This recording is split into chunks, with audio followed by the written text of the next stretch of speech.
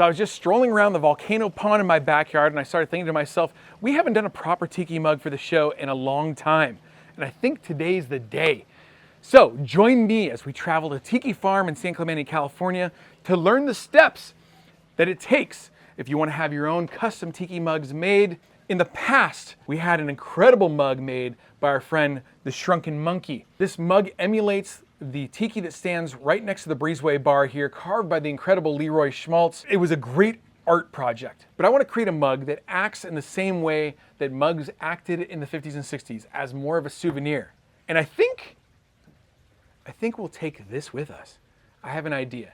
So join me as we travel to San Clemente to go visit our friend Holden. Let's go. Hi. Hey, Spike. How are you doing? Good. Is Holden here? Yeah, he is. Yeah. Let's go find him. What's up, Holden Westland. What's up? How's it going, man? I have an idea. What you got? Let's go talk. All right.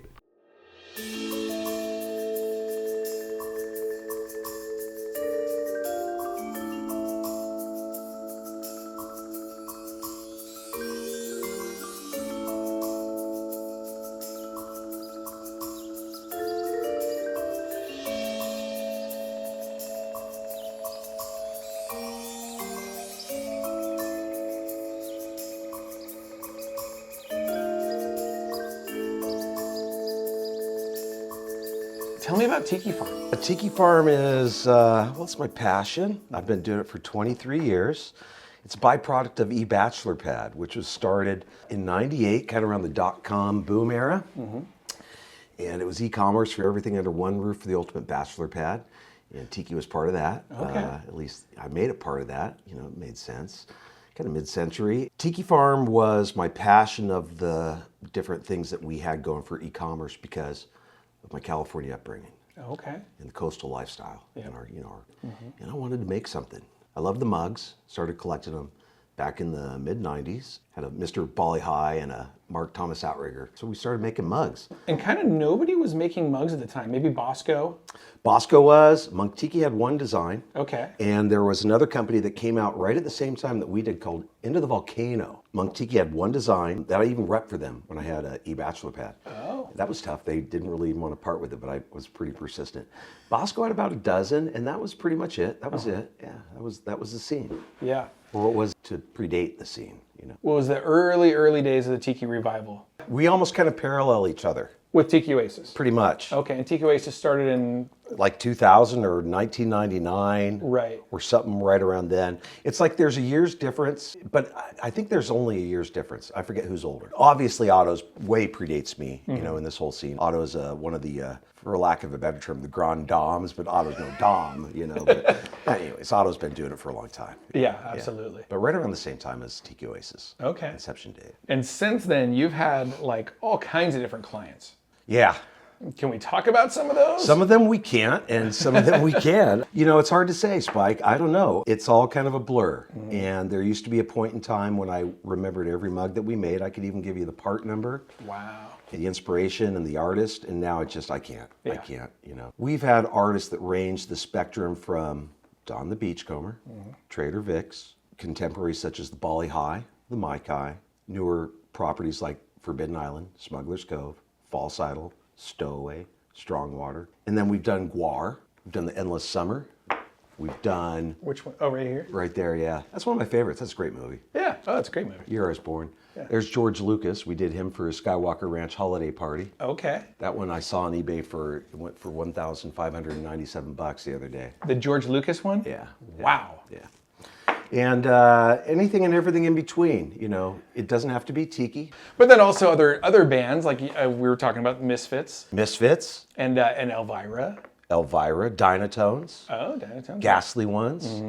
Through Crazy Owl, we did a Sammy Hagar, and I'd love to do more rock and roll. Well, it's fun, because then you get to go backstage. Well, hopefully. Yeah. I mean, if you're tied in with the band. I just want to be there and just kind of be a fly on the wall. Yeah. I'm not a backstage guy so much as I am just a floating in the background, floating in the ether kind of guy. Yeah, right. I love that. I mean, you know, in terms of all the clients that we've done over the years, we've done some clients that I'm not allowed to talk about that are, you know, through NDAs and what have you, that are very big clients. Very, very big. Like, Very big. And we've done some that are big to me, like Knott's Berry Farm. I grew up a Knott's Berry Farm kid. Me too. You know, I wasn't a Disneyland budget kid. Right. I was a Knott's Berry Farm kid. Working with those folks was so sweet and old school. And Knott's Berry Farm also always kind of felt like it was like the home team or something.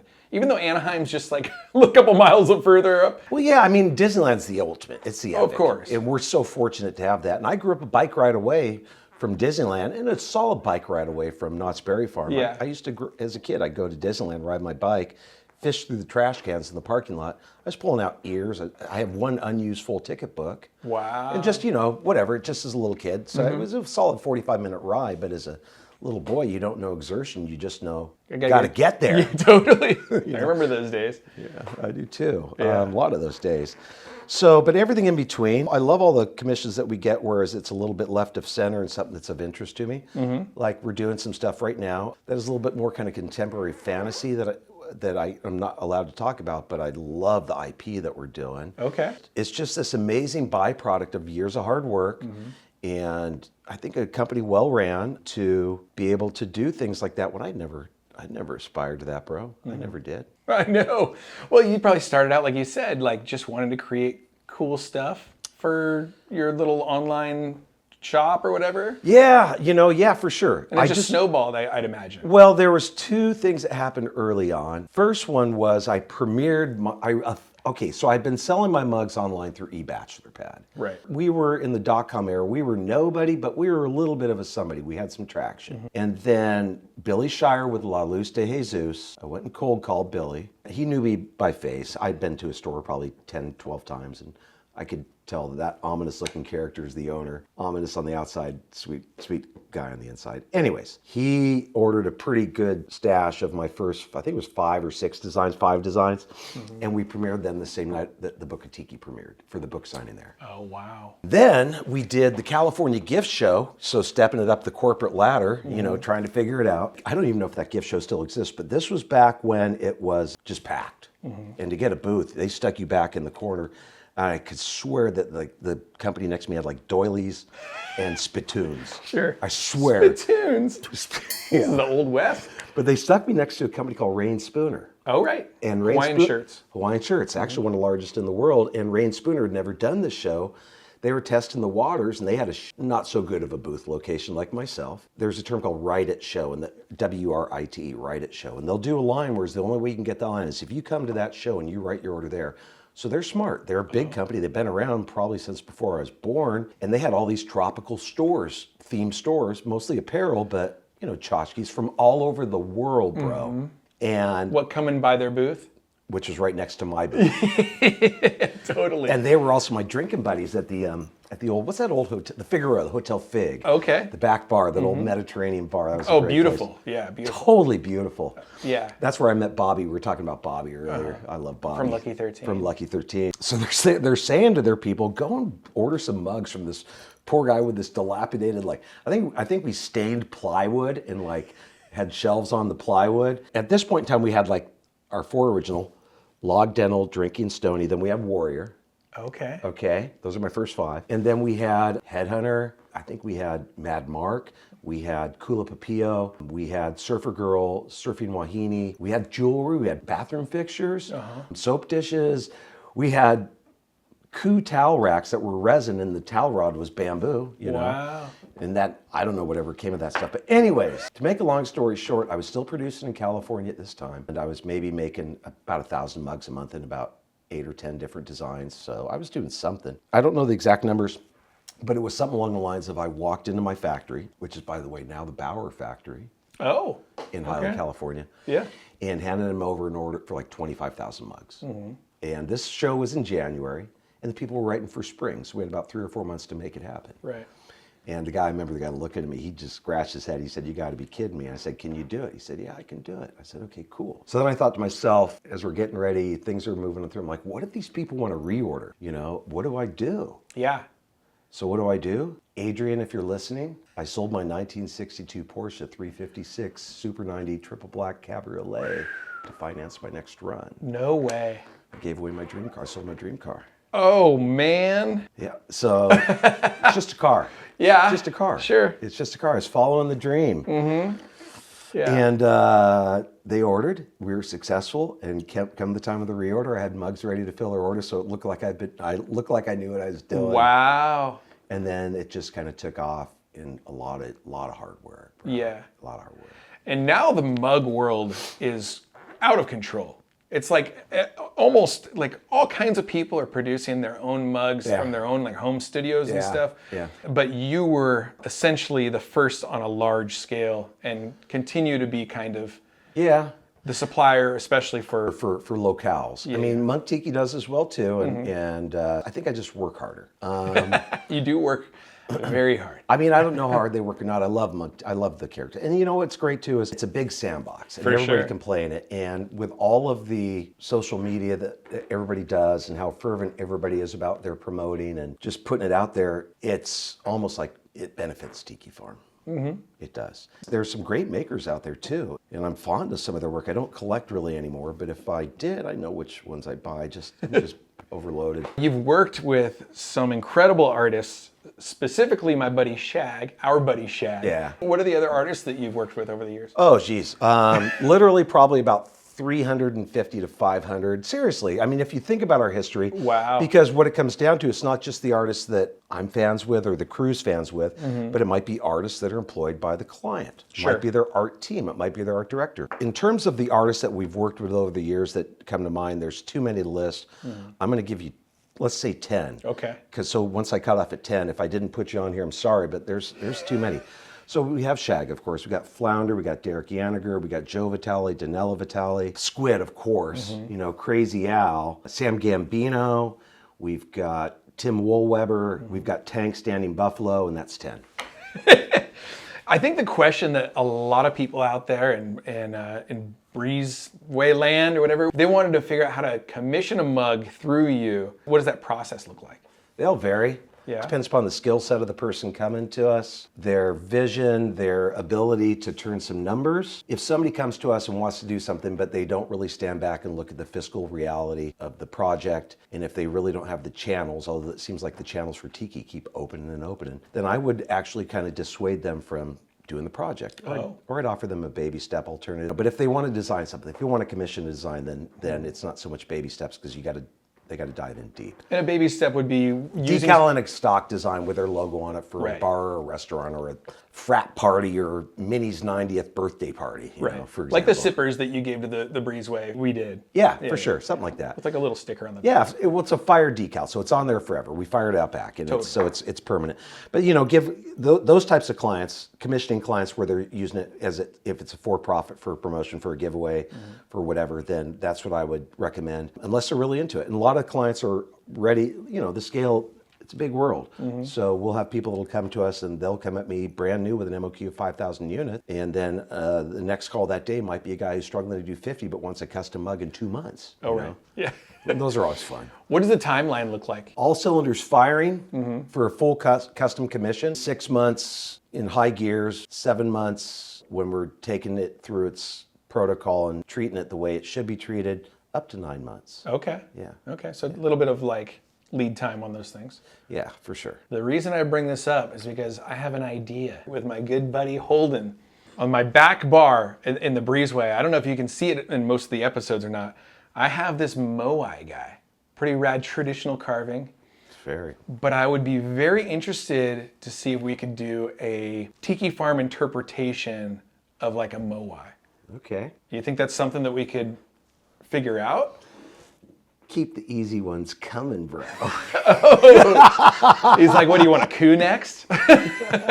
This is cool. Thanks. It was something I found This in is an authentic. estate. That's the real deal. Yeah, at an estate sale. Or it's a really good copy of a real deal. That sure looks like the real deal. Yeah. Feels like the real deal. You, Smells like the real deal. do you have an artist, do you think, that would be good at this kind of thing? An artist came to mind. Oh yeah, who's that? Derek Yanniger. He's been the Tiki Oasis artist for all these years also. That's right, he has. Yeah, okay. And he has a certain style to his Moais. We just launched one Moai Exotique. We had another one, Moai Suave. I've always been a fan of his work. I think that he does such a good job with all of like the Tiki Oasis marketing stuff and like all of his own artwork. Love to do this for you, bro.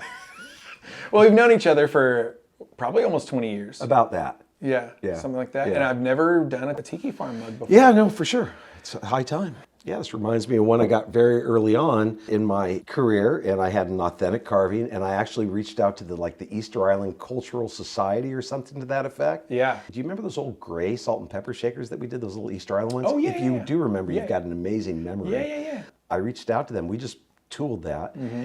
up, we tooled that. Anyways, we made a mold. Yeah, and right. I didn't know what to expect, and I wanted to be respectful, and they simply due to the fact that I called them, reached out to them. They said, you know what, that you reached out to us and asked us, you have our permission to do this, and we'll give it to you in writing. So Yeah. that was really cool. That's amazing. And I would imagine that you probably come across all kinds of different people from different cultures, specifically because of the world that you live in here. Yeah, I mean, to an extent, if you want to consider, like in terms of global cultures, to an extent, yeah. But in terms of the mid-century modern culture, Oh, right. I've met some characters, bro. Yeah. Not just Easter Island natives, but just weirdos, right? Like your buddy the Piz, Yeah, my buddy the Piz, sure, yeah. who was a great guy. Yeah, he's a great guy. Yeah, I mean, but just some great characters along the way. I mean, you've been doing this for a long, long time. Yeah. You know the scene. Bamboo Ben. Bamboo Ben, Crazy Al, you, Sven, Shag, Otto, and then just all the peripheral and integral people in the scene. Yeah, It's changed so much. it has. In fact, we've lost a lot of the old guard because some people aren't receptive to change. Sure. And that's cool. With any type of collecting genre, you kind of covet it. And you're kind of protective of it. And that just kind of goes with the territory. Like I said before about all the different people making mugs now. Are you making mugs now?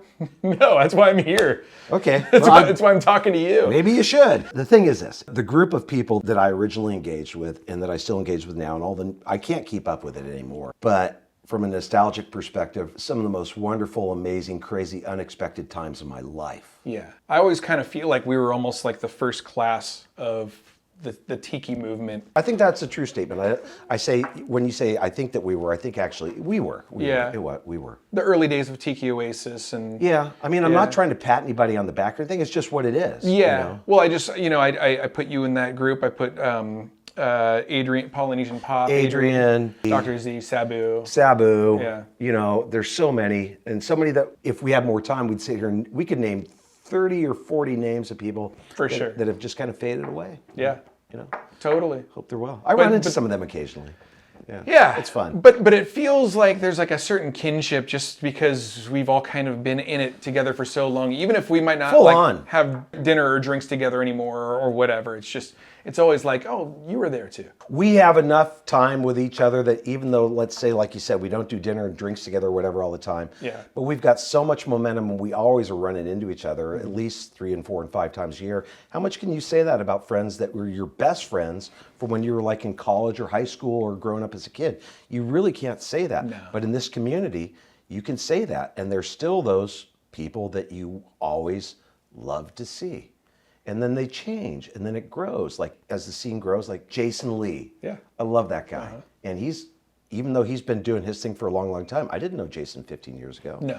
And then so many people, then you meet the proprietors and the ones who really love it, like the Baumans of the Bali High, and the Buens, Yeah, the Tiki T. Tiki T. Yep. And it's just, those we meet through the osmosis as we learn where the places are and we grow in this genre. So it's really super fun. And it's been a wild ride, bro. For both of us. Yeah, With the Tiki Farm thing and with my bands. And Hula Girls and, Yeah. with the Breezeway. Yeah, I mean, it's a lot of left and right turns to get, to meet everybody on the long road to the middle. Yeah. You know what I mean? Tiki's been a lot of fun.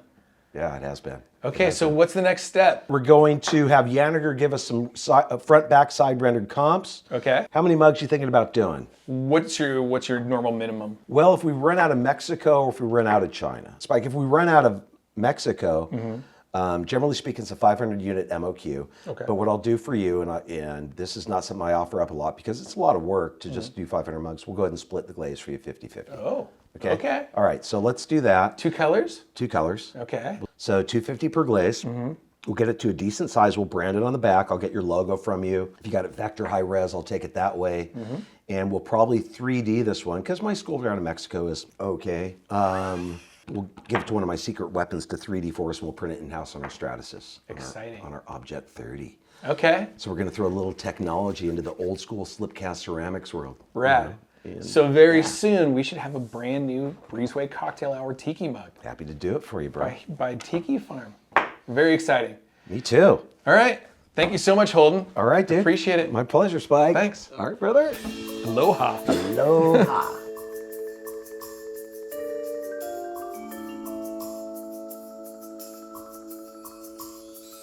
So what do you guys think about Tiki Farm? Can you believe that Holden is interested in the idea of creating a mug based on this dude right here?